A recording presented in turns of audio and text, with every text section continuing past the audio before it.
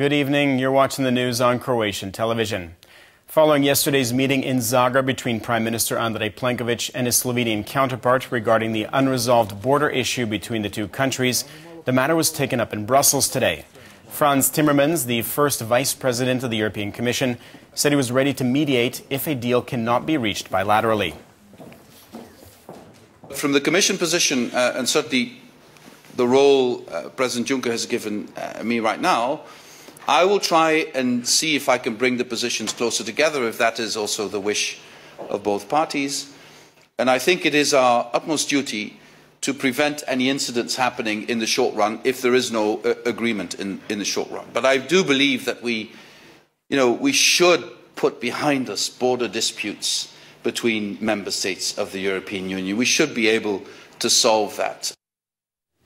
Meanwhile, Slovenia says it plans to begin unilaterally implementing the court ruling if Croatia does not concede to the redrawn borders by the December 29th deadline. Croatian Foreign and European Affairs Minister Marija Pejčinović-Burić has made it clear that the European Commission does not have jurisdiction over bilateral issues and that any mediation by the European Commission must come at the request of both Croatia and Slovenia. Croatia has been calling for a bilateral agreement since pulling out of the arbitration process in 2015, when Slovenia was caught engaging in backroom deals in order to secure a favorable verdict. According to international law, the implementation of an arbitration court decision can only be done bilaterally. At some point, we have to come to an agreement. We continue to believe that there is enough room for dialogue. I feel that we are closer now than we have ever been before to reaching an agreement. The Temporary Creditors Council for the Agrokor Consortium endorsed the draft proposal for financial settlements. Today's endorsement means that the government-appointed crisis management team, led by Ante Ramljak, has been given the green light to continue with the overall restructuring. Ramljak said the final settlement will become clear in the next 3 months. I think it's important to note that we have received the support of all of the members of the Creditors Council for the settlement plan. They have also given us their full support for the entire restructuring process. At the same time, there is room to work out the details of that process. This includes the percentage of the total debt that creditors can recover. Restructuring team member Alistair Beveridge, a financial consultant from Alex Partners, added that this was an important first step in reaching a settlement.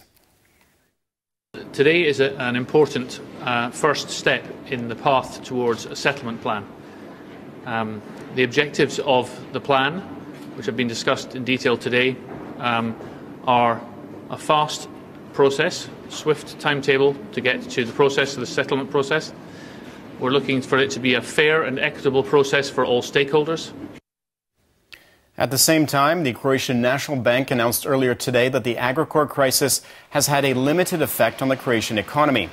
Economic growth for this year will be 3.1%, while for 2018 growth will slow to 2.9%, with personal spending and exports expected to fall. Our projections essentially underline the fact that we have arrived at a point in our economic recovery where we cannot improve any further without implementing some necessary reforms. We must first improve our employment and investment situation. It is these added investments that will give our GDP growth the extra momentum it needs. The Ministry of Agriculture has beefed up the inspections of meat products in the lead-up to the busy holiday season. Out of 5,000 samples taken this year, 123, or nearly 2.5%, were not up to standard. Also, some 50 products were pulled from shelves across the country. Minister Tolušić announced that stricter controls would continue next year as well. For 2018, we have secured an additional €1.75 million for inspectors to carry out their jobs, and if need be, we will increase that amount. I am pleased to say that we can see progress both with producers and retail stores. A lot more care is being taken to ensure the quality of products that are being put on the shelves. A dozen projects from across the country have successfully secured nearly €10 million from the EU's Cohesion Fund, with 90% of the money being non-refundable. The funding will be used for e-services, cultural heritage, and improvements to social services. Meanwhile, the Ministry of Labour and the Pension System has given over €8 million to 15 non-profit organizations and local and regional self-governments for a project aimed at employing women. Funding was obtained from the European Social Fund for a nationwide initiative that plans to find jobs for 3,000 women by the end of 2020. We hope to provide several thousand women, especially older housewives from rural areas around Croatia, with an opportunity to earn extra income and to decentralize the financial support system for households. And in more funding support from the European Union, nearly 11 million euros will go towards keeping young scientists and researchers in the country. The Croatian Science Foundation will manage the 5-year project that sets to employ more than 150 young doctors of science at various Croatian scientific organizations. The first part of the competition is for the mentors, and once the mentors have been given the opportunity to receive young researchers, then we will open up a competition for the young researchers. It is important that the mentors prove their capabilities as mentors. They must show they have ongoing projects and a proven level of success over the past few years. The European Court of Justice has ruled that Uber, the popular transport services company, must adhere to the stricter regulations and licensing procedures like conventional taxi operators. The decision handed down in Luxembourg cannot be appealed and will affect the entire European Union. Taxi drivers, including those in Croatia, claimed that Uber represented unfair market competition. Taking a quick look at sports, in Eurocup basketball, Zagreb's Cedevita lost to Unex Kazan 61-78 in Russia earlier this evening. Cedevita is currently in 4th place in Group A. Their next game is against Levallois in Zagreb on December 27th.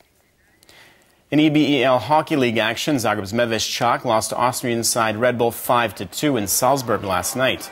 This marks the 8th loss in a row for the Bears and their 17th in 29 games. They are currently in 9th place in the 12-team league. The next game is tomorrow night in Zagreb against Dornbirn.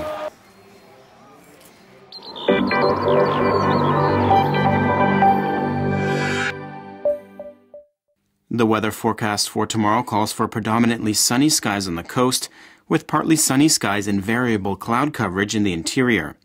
There will be some morning fog in valleys. It will remain predominantly dry, although there is a slight chance of some light snow in the morning. Winds will be mild in the interior, with a moderate northeasterly and northerly on the coast, strong to gale force strength on the northern Adriatic, especially at the foot of the Velebit mountain. Morning lows of -6 to -1 degree inland and -1 to +4 on the Adriatic will give way to highs of 0 to 5 degrees Celsius in the interior and 6 to 10 on the coast. The 3-day forecast for the interior calls for stable, partly sunny and predominantly dry weather. Passing cloud coverage could bring a little snow on Saturday. Expect slightly warmer temperatures going into the weekend. The coast will see predominantly sunny skies. The northern Adriatic will see some passing clouds with a chance of some light rain. There will be a moderate northerly and northeasterly wind and getting stronger on Saturday. Temperatures will also be slightly warmer.